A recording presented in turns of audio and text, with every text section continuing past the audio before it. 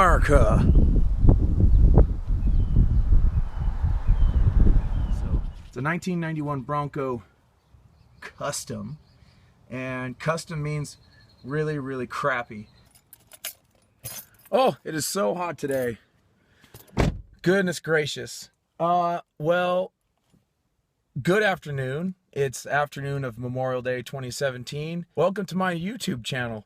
Thank you guys for tuning in, checking out the video. Today, I want to introduce you to one of my projects that I'm working on.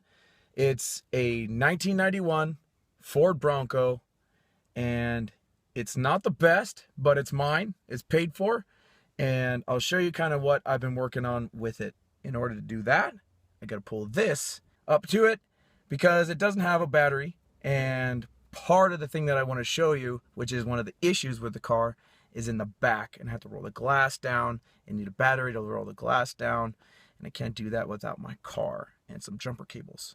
Here we go. I'm gonna pull this thing around, make sure I don't kill anyone. Oh, car. Oh, car, great. Almost crashed on my first video. Now that would be excellent. Make sure I'm nice and close.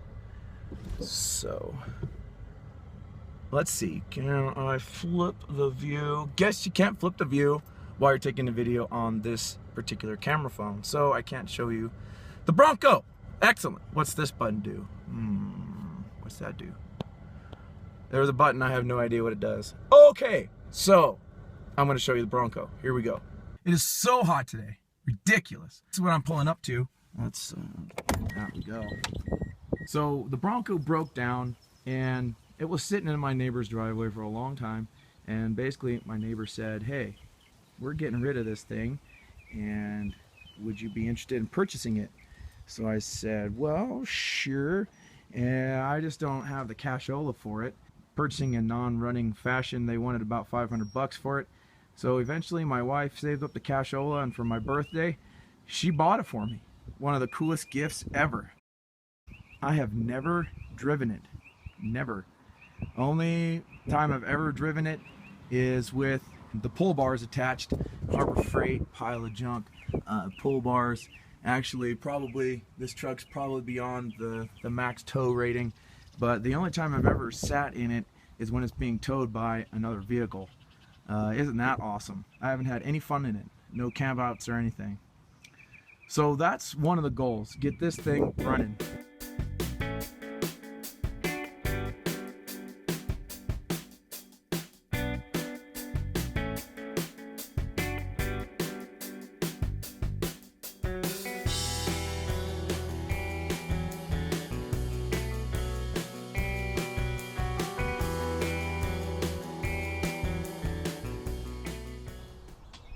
Awesome.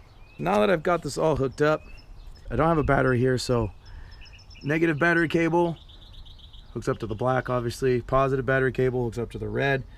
And then the leads come down here and hook up to this car, which actually has a battery. Go figure, that's nice. Next, what I'm gonna do is turn this thing on and get to the back window. Now we should have the dome light on. Uh-oh, why is the dome light not on? Don't know what's happening. Maybe I got a bad connection or something. I don't know. Rear window is not working either. Good grief.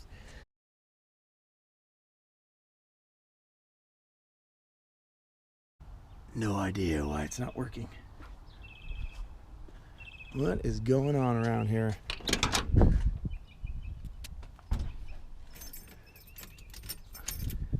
Huh. Let's try it again. I don't know what I could do different, but I guess we'll set this up here and try again. I don't know. Let's give it a shot. Dome light's still not on. Freaking A. You gotta be kidding me, dude. What is going on?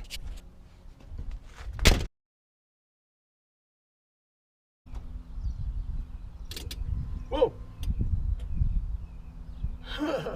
Okay, I heard something, so let's check it out. Heard the fuel pump. I heard some relays clicking. Dome light, check engine light. Okay. Roll the window down. Boom. Okay, awesome.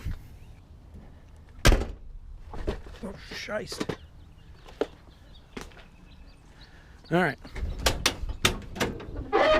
So here they are, the heads. Let me tell you a little bit about the Bronco behind me and kind of what led to its death and which led to it not moving under its own power in a very long time. The previous owner who I bought the car from, he basically had an overheating problem, and he tried chasing that overheating problem down by changing the radiator and doing all sorts of other things to the truck that he thought was leading to the overheating. So he kind of got frustrated with it, and he just put it aside and let it park and didn't do anything with it. Then I purchased it, towed it around, and at one point when I lived out in Corona, I did some diagnostic testing to it, just some basic stuff. When the engine was together, I fired up the engine and I did a little test with a kit that I got from Napa. Basically, I can't remember what the name of the test is. Basically, you get the car up to operating temperature and you put this big turkey baster over the opening for the radiator, and once it's up to operating temperature and all the gases are flowing and the coolant temperature is nice and warm, you can pull the gases, not any water or anything like that, just the gases that are in the radiator, through a little filter and through this blue liquid by pumping the top of this turkey baster. And if the blue fluid turns yellow, then you have combustion gases getting into your cooling system. So mine eventually turned yellow after a long time of testing, which meant to me that, yeah, I'm getting combustion gases into the radiator, but probably not at an alarming level. With the other diagnostic testing that I did, I couldn't find any other issues. So I basically decided that, hey, I got some sort of leak that's causing combustion gases to get into the cooling system. So I suspected maybe a small head gasket leak. So I decided to pull the heads off. I pulled the heads and I didn't really see anything obvious that there was a head gasket leak. I couldn't tell that there was any obvious blown areas or blowouts or nothing catastrophic that would lead me to believe that, hey, this is exactly where the problem was and this is why we're getting an overheating problem. So what I did find was, I don't know if you can see this big hole here, but basically here, this is the freeze plug at the back of the head. So I couldn't see this part of the head when it was mounted on the vehicle. Only until after I got it off, when I could actually get a good inspection on these heads, am I able to see this part, because it's like this far from the firewall when it's installed. But anyways, so when I looked at the head gaskets and couldn't tell anything necessarily wrong with the head gaskets themselves, I started poking around and farting around, and I found these freeze plugs were leaking. Obviously you can see the discoloration, and that's over time it's been leaking. And then I poked at it just really lightly with a screwdriver, and boom, this big hole was easily created. And then on the other side, oh, that tail gets really hot. On the other side, I poked around with a screwdriver and was able to get this little pinhole. This one has discoloration, but it's much more minor than the other side here. I think this led to the problem. So to explain why small holes in these freeze plugs could lead to an overheating condition. Hey! Huh? Yeah, but Hudson's asleep. We'll probably go a little late. Yeah. See you later. Anyways, family going to a party on Memorial Day we're supposed to go to.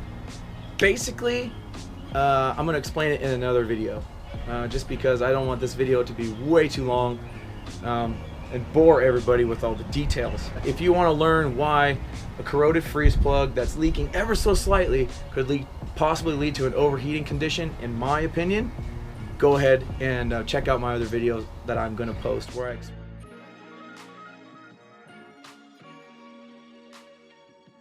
All right. I So I wanted to just give everyone kind of a walk around a little bit of what the Bronco is like right now. So this is kind of how it sits. I've got the heads off, like I said, and like I've shown you, and I've kind of given you some of my theories about why I think that happened. You know, if you've never seen the inside of an engine before, you know, there it is in all its V8 glory. It's got just a heck of a ton of carbon in all of these. You can see in the sidewalls of the cylinders, you can see some cross hatching, like some scuff marks in an organized pattern. And that's actually, I'm kind of shocked to see that. We have maybe a slight ring ridge, but not too bad. So we got a slight ring ridge that I can feel, but I can still see cross hatching, and it looks pretty good. It looks pretty good. You see a little bit of rust because I've had the heads off for a couple of months now, and honestly, when it's rained and stuff, before I put all this water protective barrier cover shenanigans over it, I was noticing that I was getting water pooling up. So I probably got water in the oil pan due to leaving this thing uncovered and exposed to the elements under the hood. I mean, it's not weather sealed. It's, you know, there's no weather stripping or anything around the edges. This is the fuel rail. Forwards of this area, you need like a special tool in order to disconnect some of these fittings. See this fitting right here?